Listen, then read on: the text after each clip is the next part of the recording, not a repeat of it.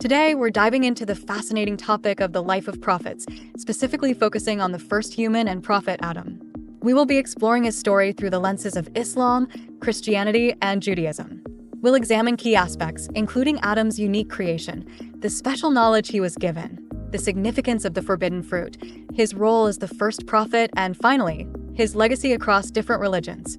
We aim to understand both the shared narratives and the unique perspectives each faith brings to this foundational story. Jaylen, could you share your insights on the creation of Adam? Okay, well, Emma, when we look at the creation of Adam, it's quite interesting how each tradition describes it. In the Quran, it's mentioned that God created Adam from clay, a material that represents both his humble beginnings and his connection to the earth. The Bible also speaks of God forming Adam from the dust of the ground, breathing life into him. Similarly, in the Torah, we see God creating Adam from the dust and giving him a soul. This common thread of being formed from earthly material highlights the shared understanding that humanity is deeply connected to this world. You see, Building on Jaylen's insights, Adam's creation is not just a physical act, but a profound spiritual event. In Islam, the Quran emphasizes that God breathed his spirit into Adam, which signifies a divine connection and a unique status among creation. This act is echoed in Christianity, where the breath of life represents a divine spark and purpose. In Judaism, this divine breath is seen as imparting the neshama, or soul, which is central to human identity and moral responsibility. These traditions highlight that Adam's creation was not merely about forming a physical body, but about establishing a relationship with the divine, underscoring humanity's potential for spiritual growth and moral leadership. That's a very insightful point, Mia. The emphasis on the divine breath, or spirit, is indeed a crucial aspect of Adam's creation across these faiths. It elevates humanity beyond mere physical existence, imbuing us with a spiritual essence that connects us to the divine. This concept is particularly significant when considering Adam's role not just as the first human, but also as the first prophet. The divine breath, you see, is not just about life itself, but also about carrying a divine message. This aspect really sets the stage for how Adam will interact with the world and, ultimately, how the world interacts with the divine message. right? So when we talk about Adam's knowledge and role, it's fascinating.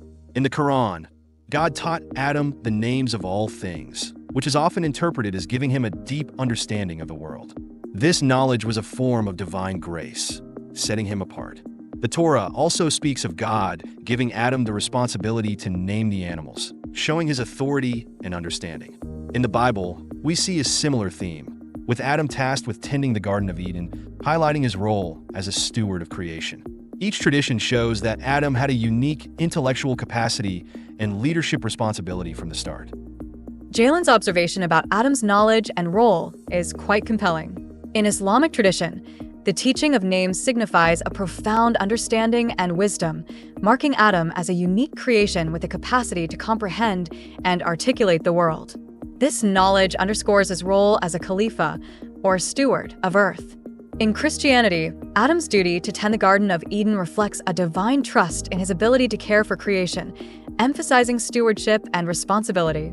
Similarly, in Judaism, the act of naming animals is not just about authority, but about recognizing the essence of creation, a task requiring insight and discernment.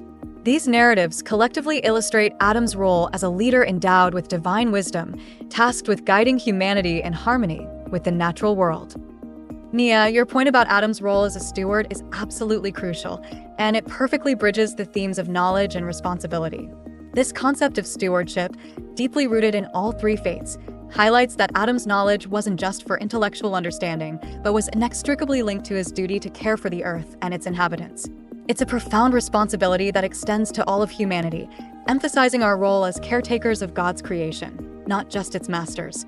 This perspective really sets the stage for the next part of the story, the narrative of the forbidden fruit, which tests this responsibility. Okay, so when we look at the story of the forbidden fruit, it's quite a pivotal moment. In the Quran, the focus is on Adam and Eve's disobedience to God's command, which led to their expulsion from paradise. The Bible tells a similar story, where eating the fruit brought about the knowledge of good and evil and a fall from grace. In the Torah, this act is seen as a choice, leading to human awareness and responsibility.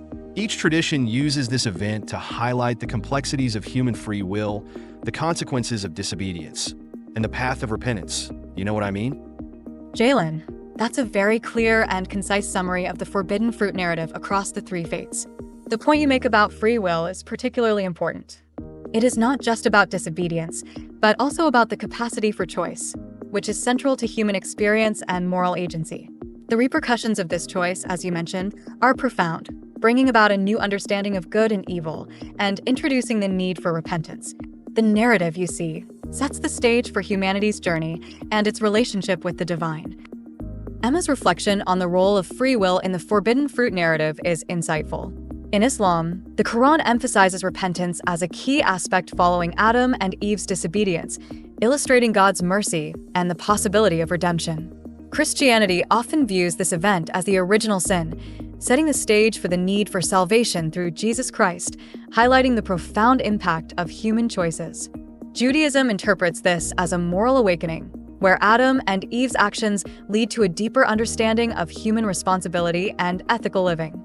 Across these traditions, the story underscores the importance of free will, the weight of moral decisions, and the enduring possibility of reconciliation with the divine, shaping humanity's spiritual journey and ethical framework. Well, when we consider Adam as the first prophet, it's interesting to see how each tradition views his role. In Islam, Adam is considered a prophet, receiving direct guidance from God and teaching his descendants about God's oneness. In the Bible, while Adam isn't explicitly called a prophet, he does communicate God's will and commands, acting as a messenger in that sense.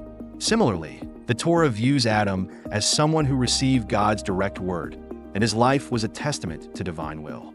Each tradition highlights that Adam was a guide for humanity, establishing a path of worship and obedience.